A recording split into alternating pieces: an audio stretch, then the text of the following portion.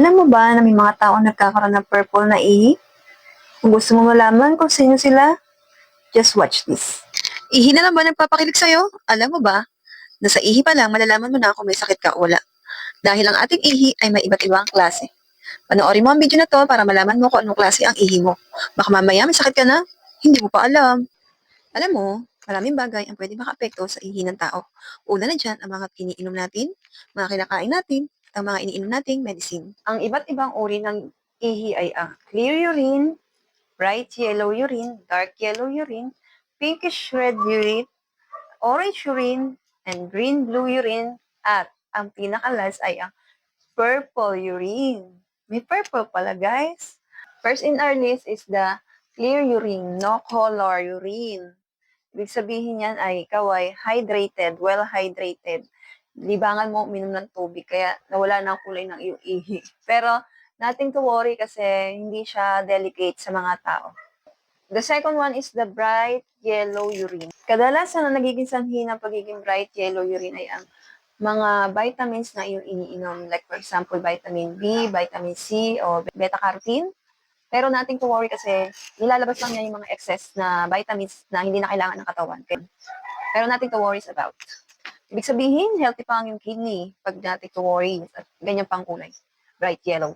Ang pangatlo ay ang dark yellow urine. Dark yellow urine, ikaw ibig sabihin na isang dehydrated. Tamad ka uminom ng tubig. Kailangan mo sipagan dahil ang iyong ihi ay nangangamba at ang iyong kidney ay nangangamba din pagka ganyang hindi ka mahilig sa inom ng tubig dahil nahihirapang mag-filter ang iyong kidney at ang mga toxin sa iyong katawan ay nahihirapang lumabas at naiipon ito sa loob ng katawan mo na maaaring maging reason kung bakit tataas ang iyong kreya at masisira unti-unti ang iyong kidney. Kaya kailangan mo baguhin ang lifestyle mo, maging habis mo ang pag-inom ng water, hindi ng alcohol.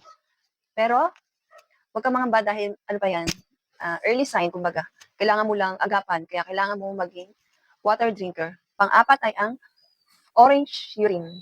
Orange urine ay meron pala niya, nakala ko red at yellow lang, pero meron palang orange.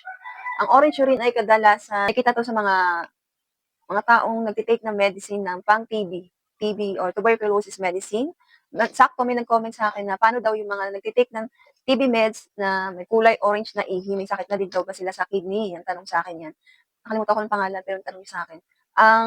Well, ito po ang kayong kasagutan. Ang nagtitake po ng TB meds ay merong side effects sa ihi na kumukulay sa ihi. May kadalasan orange. Yan.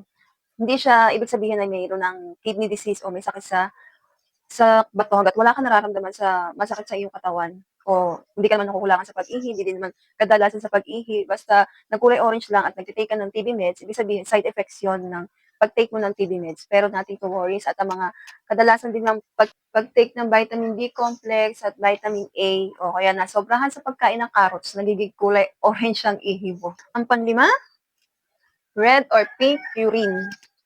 May mga pagkain at mga inumin o mga gamot na nakakapagpa-red ng ihi kadalasan. Pero ang kadalasan nagiging cause ng o minsan nagiging cause ng pag-red ng ating ihi ay ang pagkakaroon ng mataas na infeksyon sa ihi o UTI, o kaya may kidney stone o may prostate o meron ding cancer o bukol sa daluyan ng ihi kaya nagdudugo. Kaya 'pag red na ang iyong ihi at may masakit lalo na sa 'pag ikaw umiihi, dapat check your doctor, magpa-suri na kaagad at magpa-urinalysis para maagapan kung ano dapat gamutin sa loob ng katawan.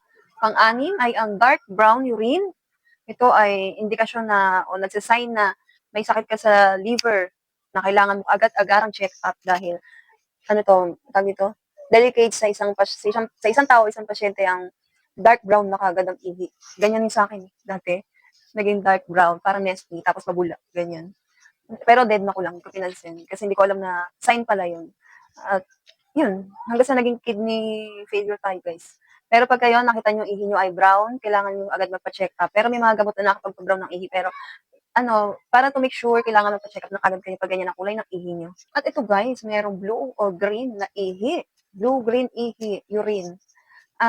Ito ay indikasyon na infected ang iyong ihi o may bacteria sa iyong ihi na kailangan gamutin at kailangan agad-agad magpunta sa doktor dahil infections 'to kaya kailangan nating agarang gamutan dahil delikado 'pag na-infeksyon ang ating daluyan ng ihi o ating ihi dahil indikasyon 'to na may abnormalities sa iyong loob ng katawan.